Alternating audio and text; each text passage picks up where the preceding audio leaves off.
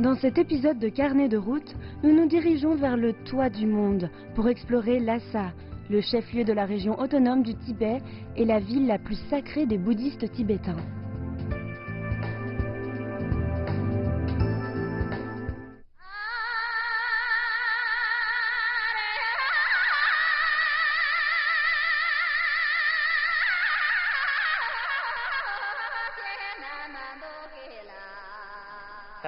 Bonjour, je suis Tianjan, bienvenue dans cet épisode de Carnet de route.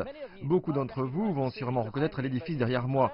Pour ceux qui ne le connaîtraient pas, je me trouve devant le Potala, le palais à l'altitude la plus élevée jamais construit, soit 3700 mètres au-dessus du niveau de la mer.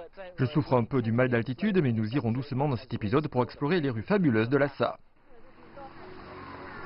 Lhasa est le chef-lieu de la région autonome du Tibet. Son nom signifie le lieu des dieux.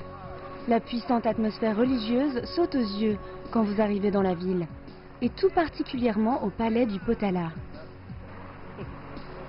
Ce magnifique bâtiment abritait autrefois les Dalai Lama et fait désormais partie du patrimoine mondial de l'UNESCO.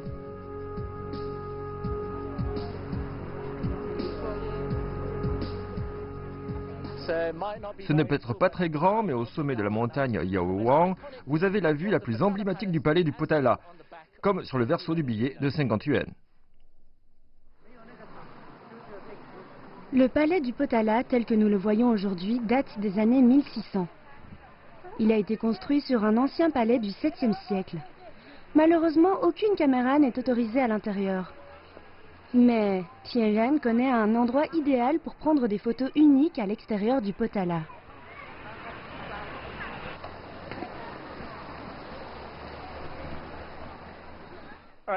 Bon, voici un conseil pour les amateurs de photographie. Beaucoup de gens prennent des photos de l'avant du palais du Potala. Et si vous vous dirigez vers le lac du roi Dragon, vous aurez une très belle vue. Et si vous êtes chanceux, vous pourrez même avoir un reflet du Potala dans l'eau. Mais si vous faites de plus jolies photos que moi, envoyez-les-moi et je pourrai peut-être faire croire que c'est moi qui les ai prises.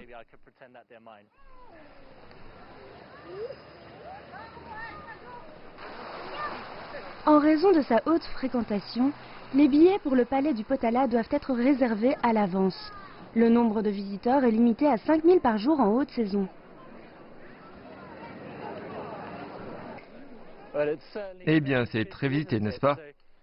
C'est peut-être l'un des sites les plus importants et les plus sacrés de la région autonome tibétaine. Si vous venez à Lhasa, vous devez visiter deux endroits. L'un est le palais du Potala et l'autre le temple de Jokang. Ce dernier a été construit il y a 1400 ans sous le règne du roi Songtsen Gampo, fondateur de l'empire tibétain qui a duré environ 200 ans. Même aujourd'hui, des milliers de touristes et de laïcs font le tour du temple à toute heure de la journée.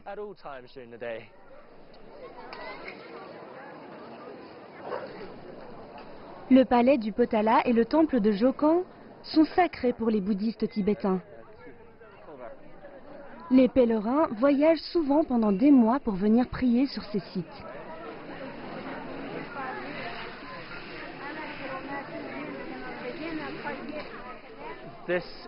C'est la partie la plus importante du temple de Jokang, car à l'intérieur de cette salle se trouvent des statues du Bouddha Sakyamuni, que la princesse Wenchang a apportées il y a plusieurs siècles. C'est pourquoi tant de gens se prosternent de tout leur long. Plus vous en faites, mieux c'est. Mais les prosternations dépendent vraiment de votre forme physique et de votre âge. Pour quelqu'un comme moi qui souffre du mal d'altitude, je pense que vous pouvez simplement faire quelques prières dans votre tête.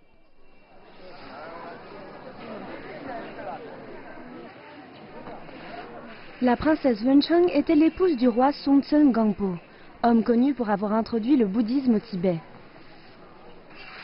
Quand elle est venue de la cour de la dynastie Tang pour épouser le roi tibétain, elle a apporté avec elle un certain nombre de reliques sacrées bouddhistes, qui se trouvent maintenant au temple de Jokang. Chaque jour, des milliers de pèlerins font le tour du temple de Jokang en faisant tourner des moulins à prière. Ils le font pour accumuler du bon karma dans l'espoir d'obtenir une meilleure réincarnation.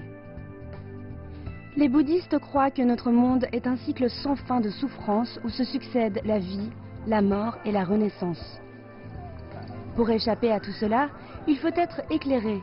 Et un bon karma peut nous aider à atteindre cet objectif.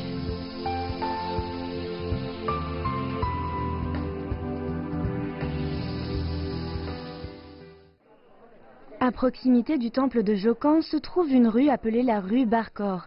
Et les allées partant de cette rue regorgent de magasins qui vendent de l'artisanat traditionnel et des bibelots bouddhistes tibétains. Vous pouvez obtenir à peu près tous vos souvenirs du Tibet ici à Barkor. Et comme vous pouvez le constater, le choix est vaste. Mais vous voudrez peut-être acheter certains de ces dorje.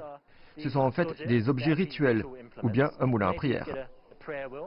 Et ces masques ont l'air sympathiques, mais ce sont aussi des instruments rituels. Et puis il y a ces chapelets de perles qui sont de différentes couleurs, et vous verrez beaucoup de gens les égrener pendant qu'ils marchent dans la rue.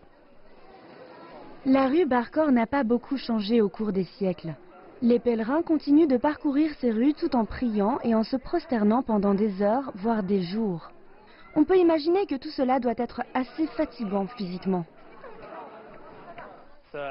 Quand on est à une très haute altitude, il faut manger et boire souvent pour ne pas être en hypoglycémie.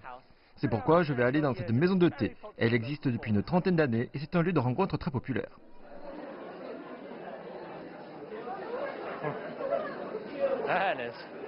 Eh bien, il y a du monde ici.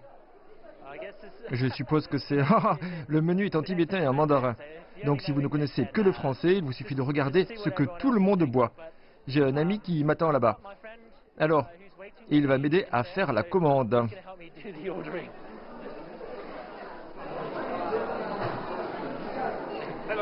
Par ici. Bonjour.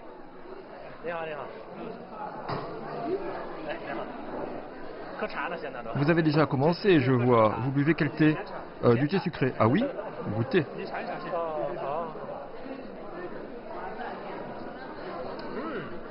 C'est très bon. Pas mauvais. C'est un peu comme du thé au lait, mais plus prononcé en lait et plus sucré. Mais j'aime bien, c'est bon. Pas mal, quoi. Je vois beaucoup de tas de monnaie sur les tables. C'est pourquoi? C'est parce que c'est un yuan par tasse de thé. Vous déposez un yuan pour chaque tasse que vous buvez et lorsque vous avez terminé, quelqu'un vient récupérer le tout. Ah oui, je vois.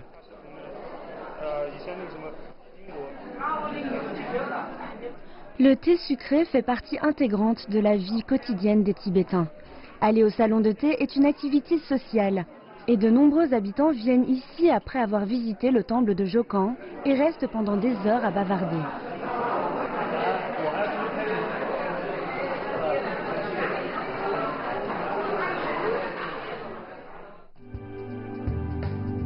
À suivre, Tianzhen se joint à une famille du coin pour célébrer l'un des événements les plus importants du calendrier tibétain, la fête du Shoton.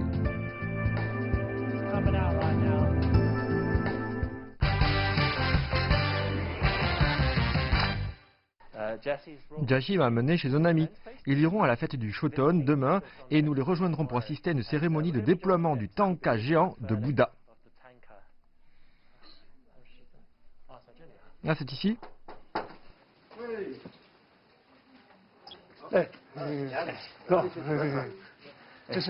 Oui, c'est Tianzhen. Ravi de vous rencontrer. C'est Tsewang. Vous avez une belle maison. Merci. Quelle belle maison.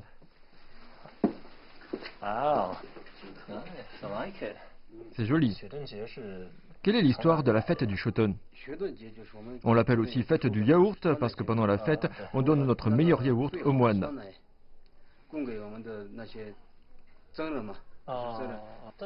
Quel est le but du déploiement du tanka? Si vous le voyez une fois, ça veut dire que vous aurez de la chance pendant un an. À quelle heure on doit y aller? Vers 2 ou 3 heures du matin. Non! On a préparé une tenue traditionnelle pour vous. Essayez.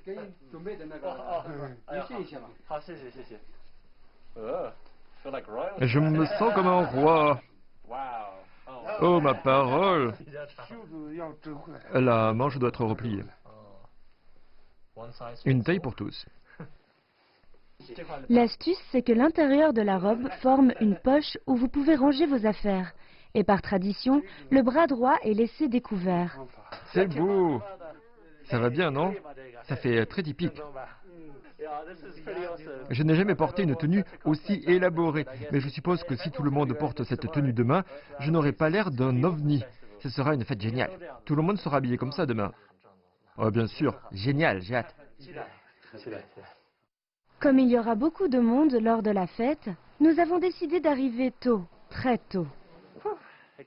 Ok, donc il est 3 heures du matin.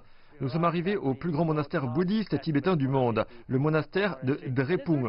Et il y a déjà beaucoup de monde. J'entends des voix au sommet de la montagne. Regardez ça, waouh, c'est énorme. De toute évidence, c'est là que le Thangka va être déroulé. Nous devrons être là-bas avec le reste du public. Je pense que le Thangka arrivera vers 7 heures et qu'il suivra le même chemin que nous avons emprunté. Et si nous sommes chanceux, nous pourrons peut-être même aider à transporter le Thangka lui-même. Enfin, on verra.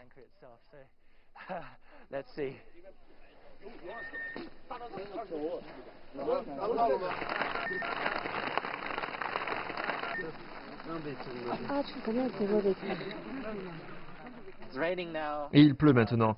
Et il y a beaucoup de gens derrière nous. Beaucoup d'entre eux se sont même levés plus tôt que nous. Le Thangka va probablement être déroulé un peu plus tard. C'est une bonne chose que nous ayons apporté des rafraîchissements parce que ça va prendre du temps. Buvons un peu de thé, je suis tellement content que vous ayez apporté ça.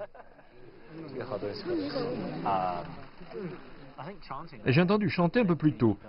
Je pense que les lamas sont réveillés maintenant et qu'ils réciteront leur mantra. Et plus tard, ils apporteront leur Thangka ici. Ça va être assez chaotique car dès que le Thangka sera emmené en haut, tout le monde essaiera d'avoir une chance de le toucher.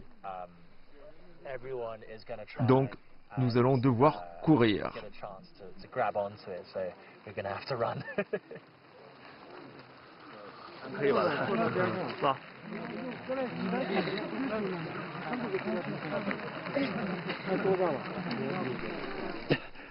Ils ont de l'expérience. Ils savaient que nous serions ici sous la pluie, donc ils ont apporté beaucoup de provisions.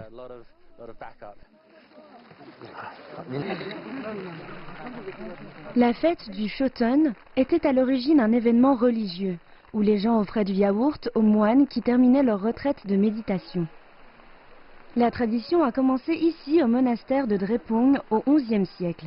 Et chaque année, pour inaugurer l'événement, les moines dévoilent un Thangka géant à flanc de colline. Ils l'appellent l'exposition du Bouddha au soleil. Qianran espère juste que la pluie va s'arrêter.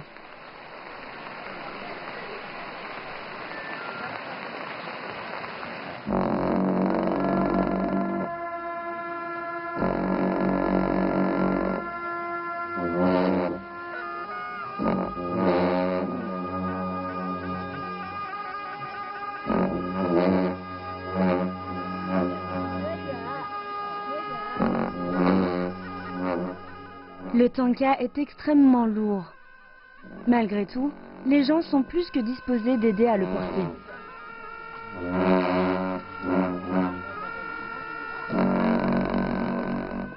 C'est un grand honneur d'être en contact avec un objet aussi sacré.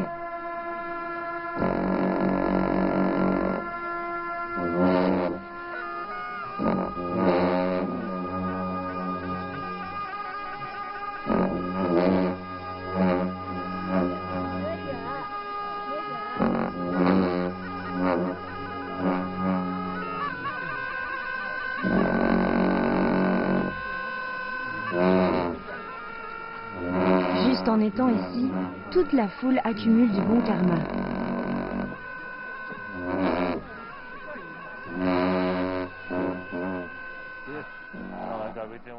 Nous avons attendu littéralement toute la nuit. Nous sommes arrivés à 2 heures du matin. Et il pleut sans arrêt. Tout le monde derrière nous est gelé, mais finalement, les choses commencent à arriver. Est-ce que ça va commencer? Oui, regardez là-bas. Après avoir déroulé le Thangka, nous sommes supposés prier ou donner des offrandes. Oui, après que nous aurons fait le tour du Thangka, nous lui offrirons des katas. C'est la chose la plus importante à faire pour nous. Et ça nous garantira une bonne année. Oui. Super. Alors on n'aura pas attendu en vain. Exactement.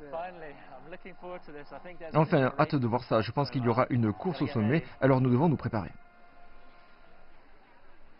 Vous vous demandez peut-être ce qu'est exactement un tanka. En gros, c'est une peinture d'une divinité bouddhiste. Mais ce tanka mesure 500 mètres de haut. Il n'est montré qu'une fois par an lors de la fête du Shoton. Et chaque fois qu'il est dévoilé, la pluie s'arrête mystérieusement.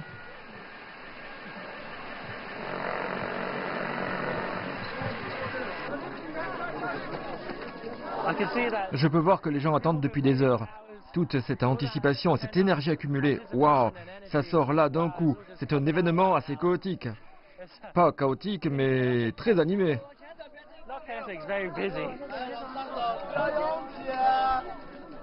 On dirait qu'on est à la tomatina, sauf qu'à la place des tomates, on jette des katas, soit des écharpes traditionnelles de prière.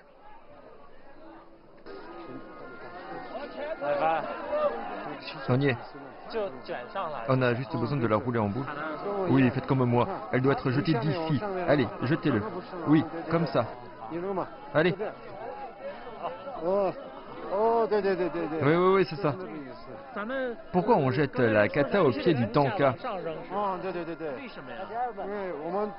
Parce que si vous le jetez depuis le haut, ça pourrait atterrir sur la tête du Bouddha. Et ça, c'est irrespectueux.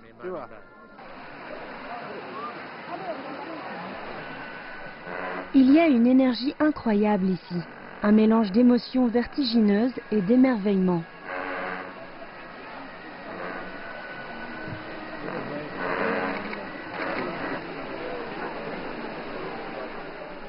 Visiblement, Tianjan est stupéfait juste en regardant ce tanka géant.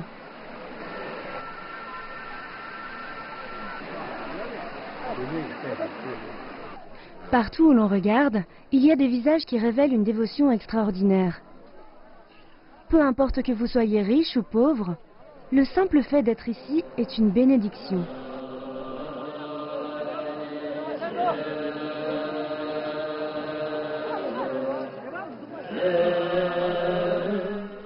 C'était une expérience mémorable. C'est comme ça tous les ans? Oui, tous les ans, oui, c'est ça. Eh bien, je pense que cela en valait la peine. On a attendu sous la pluie pendant 5 heures. On ne s'est même pas endormi. Et il y a des milliers de personnes ici. Pour être honnête, c'est assez chaotique, mais cela en vaut vraiment la peine finalement. Quelle expérience fantastique. Espérons que ce sera pareil l'année prochaine. La fin du déroulement marque le début de la fête proprement dite.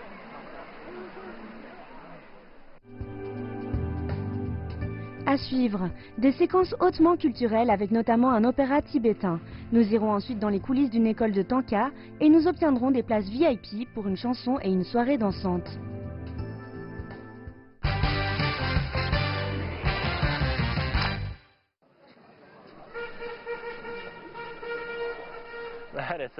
Il y a une fréquentation très importante aujourd'hui. Il s'avère que tout le monde a 7 jours de congé pour la fête du Shoton. Et une fois que les gens voient le déploiement du tanka, ils se rendent dans les Linka, c'est-à-dire des parcs. Et le plus célèbre des Linka de Lhasa est le Norbu Linka, qui était le palais d'été des Dalai Lama. Mais comme vous pouvez le voir aujourd'hui, il y a beaucoup de monde ici.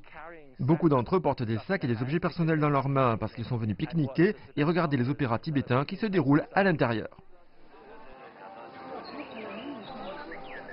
Grâce à l'ajout de spectacles tels que l'opéra tibétain, le Shoton est passé d'une fête purement religieuse à quelque chose d'accessible à tout le monde. Une caractéristique populaire est le pique-nique dans le parc, où les gens se rassemblent pour manger et entre autres choses notamment du yaourt.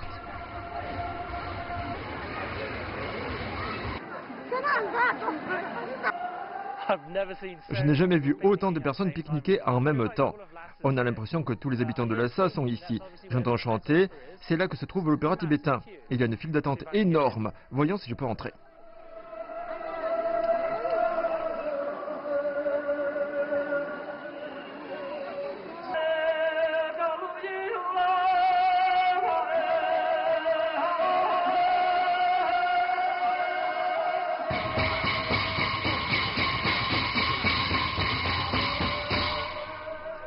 Si tout cela vous semble un peu chamanique, fait que les opéras tibétains sont principalement des histoires folkloriques sur le bien triomphant du mal.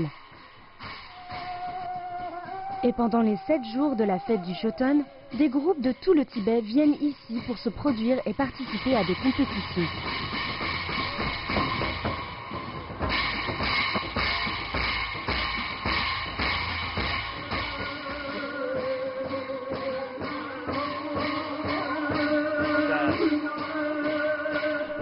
Je ne sais pas trop de quoi il parle. Il existe de nombreux types d'opéras tibétains, mais d'après ce que j'ai compris, il s'agissait à l'origine de rituels, qui sont ensuite devenus une forme d'opéra et qui se produiront quasiment toute la journée. C'est donc un exploit d'endurance et de volonté.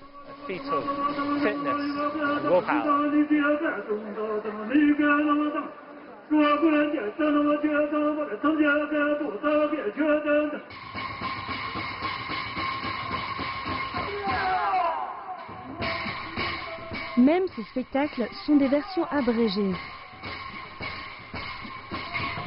Il y a 9 histoires différentes dans le répertoire de l'opéra tibétain.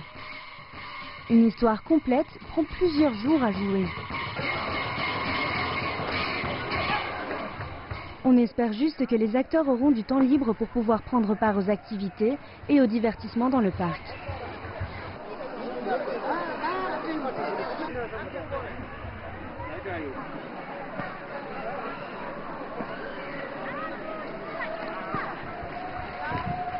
Pendant ce temps, Tianjan se rend à une école de tanka pour rencontrer Gama Gache. C'est un artiste qui fait revivre un style perdu de peinture tanka.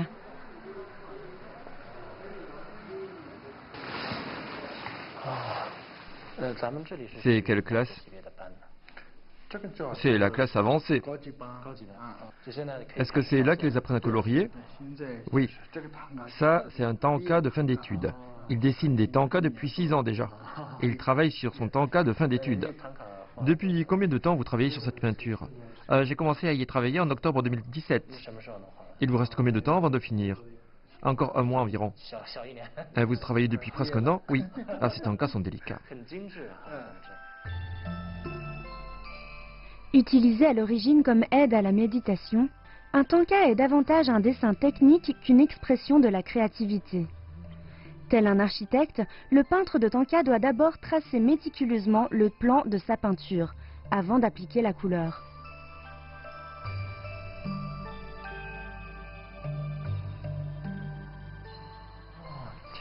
Que font-ils? De la peinture. Elles sont toutes fabriquées à partir de minéraux? Oui, les minéraux sont réduits en poudre, puis ils sont cuits. Ils doivent être broyés avec un pilon, ce qui peut prendre une journée complète ou 2. Si c'est si difficile à faire, pourquoi vous utilisez toujours ce type de peinture? La couleur des peintures minérales ne disparaît pas et ne change pas. La plupart des premiers tankas tibétains gardent encore leur couleur grâce à l'utilisation de ces minéraux. Ça veut dire que la peinture qu'on achète en général s'altérera dans quelques années. Exactement.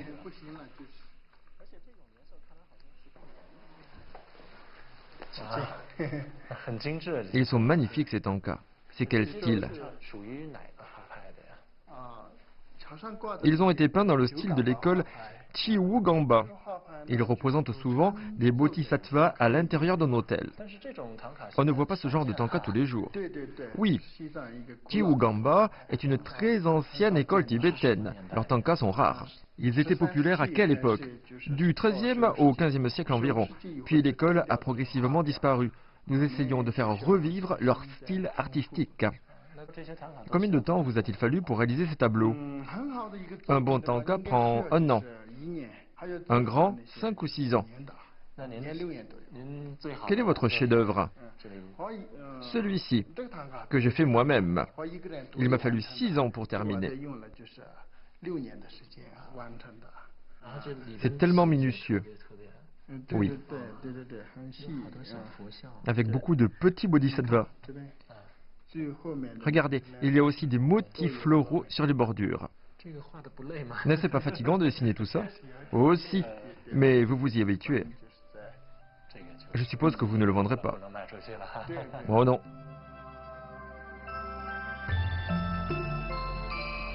Ces autres tankas ont cependant été collectionnés par des temples et des célébrités. Comme de nombreuses autres écoles du tanka au Tibet, celle-ci n'a pas de frais de scolarité. Les élèves commencent dès leur plus jeune âge et lorsqu'ils deviennent des artistes à part entière, l'école reçoit une partie de leurs revenus. C'est un excellent moyen de préserver et de promouvoir la tradition de la peinture tanka.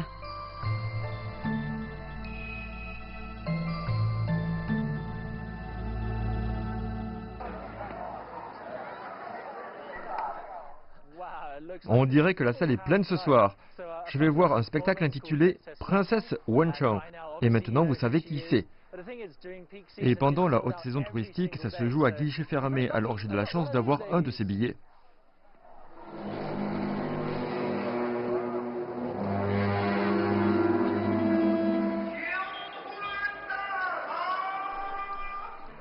Le spectacle raconte l'histoire du mariage de la princesse Wenchang avec le roi Songtsen Gampo.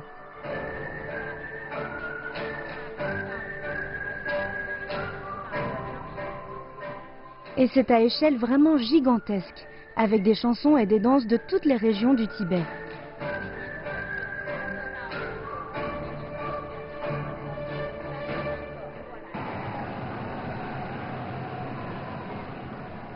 Bien sûr, des éléments du bouddhisme tibétain sont omniprésents tout au long du spectacle, mais tout ça imprègne la vie quotidienne à Lhasa.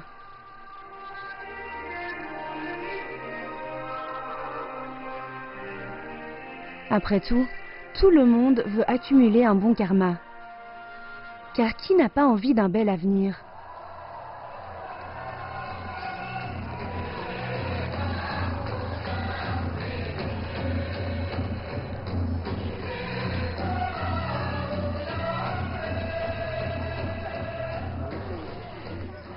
C'est un visage du palais du Potala que je n'avais jamais vu auparavant. Pour être honnête, Lhasa s'est avéré un peu différent de ce à quoi je m'attendais, mais ce n'est pas nécessairement une mauvaise chose.